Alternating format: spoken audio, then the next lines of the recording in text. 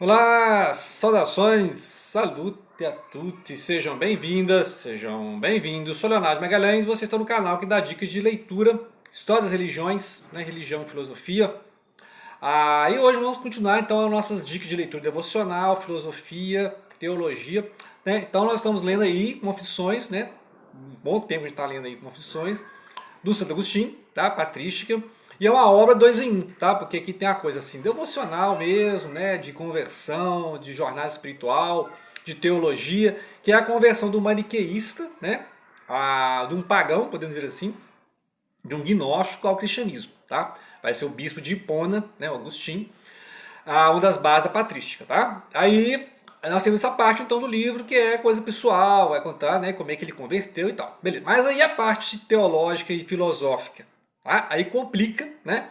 Então, não sou formado em filosofia, mas sou gosto de ler filosofia, então preciso de um certo, né, apoio aí intelectual para entrar nessa parte teológica e filosófica, tá bom? Então é mais do que um devocional, mais do que entender a história de um santo da igreja, né? O Santo Agostinho.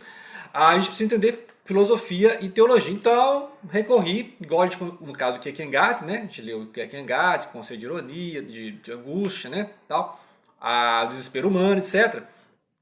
Então aqui nós vamos essa coleção interessantíssima da Vozes, tá? Fazer propaganda para Vozes aqui, que tem vários filósofos e compreender esses filósofos. Então o Santo Agostinho nós vamos ver aqui as partes principais do que ele discute. Então o Santo Agostinho está em discussão com quem? Maniqueístas, né? O gnóstico, a questão do bem e do mal, tá? Existe o bem, existe o mal tão equivalente ao bem, ou o mal é uma ausência do bem, tá?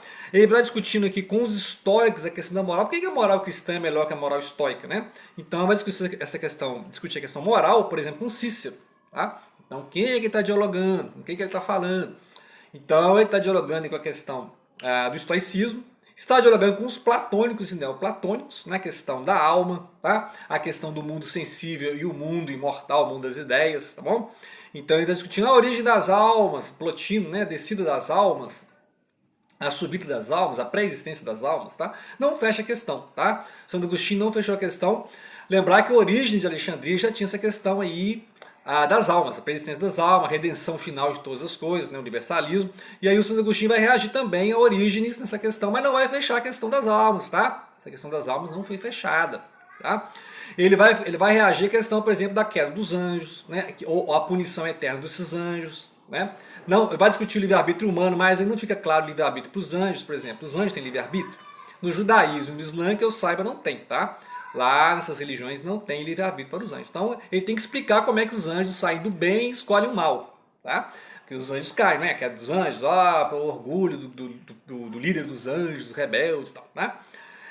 A questão das almas, aí tem aqueles estudos sobre a pré-existência da alma, ou se a alma ela é criada a cada concepção, né, criacionismo, ou se tem o traducionismo, que é o pai transmite a alma para o filho. Aí é uma explicação para o pecado original e por que Cristo nasceu de uma virgem, né, e não de São José, tá? Então, porque aí ele evitou o pecado original. Então, Cristo foi concebido sem pecado, tá? Então, essa questão aí do livre-arbítrio e a questão da queda dos anjos. Aí tem a queda das almas, que as almas estão no bem, né? As almas estão no mundo espiritual, e elas descem ao corpo, né? E o corpo é pecaminoso, tá? Então tem um pouco de maniqueísmo ainda do pensamento do Santo Agostinho isso aí, tá?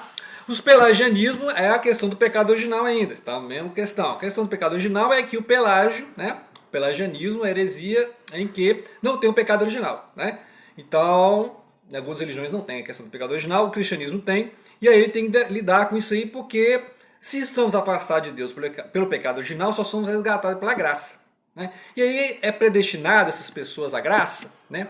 As pessoas são predestinadas. Então, se são predestinadas a essa graça irresistível, vocês perceberam que tem um pouco de calvinismo, né?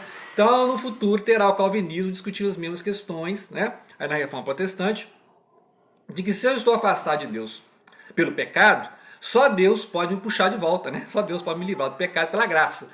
E quem não recebe a graça está condenado. Então Deus escolhe quem que vai ser liberto do pecado pela graça.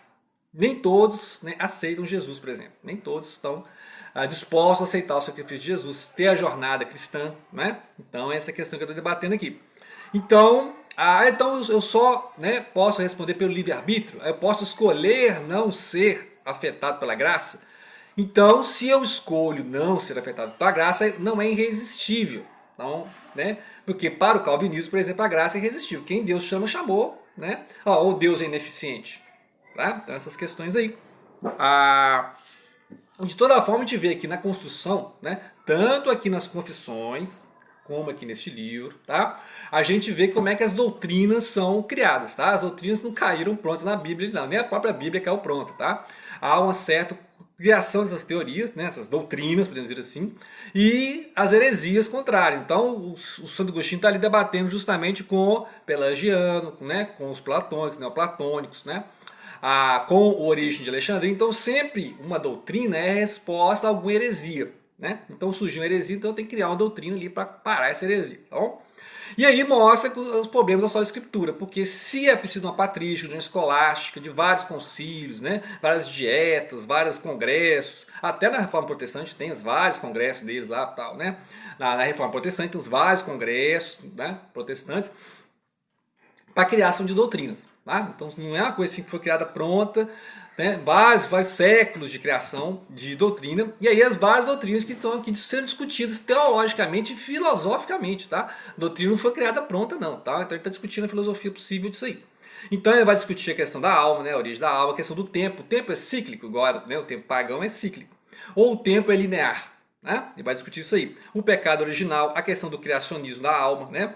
A questão da trindade, é pai, mãe e filho ou é pai, filho e Espírito Santo? O Espírito Santo seria uma essência feminina, né? Vai discutir o batismo, né? Vai discutir a questão das datas, né? As datas, Páscoa, Quaresma, né? Ou segue o calendário judaico, né? Então tem vários judaizantes que seguem o calendário judaico, festa judaica, né? Então todas as questões são discutidas no Santo Agostinho, tá? Por isso que eu recomendo ler aqui o Confissões e, obviamente, um apoio filosófico, ok? Então fica aí a dica de hoje. Obrigado pela atenção. Não deixem de compartilhar.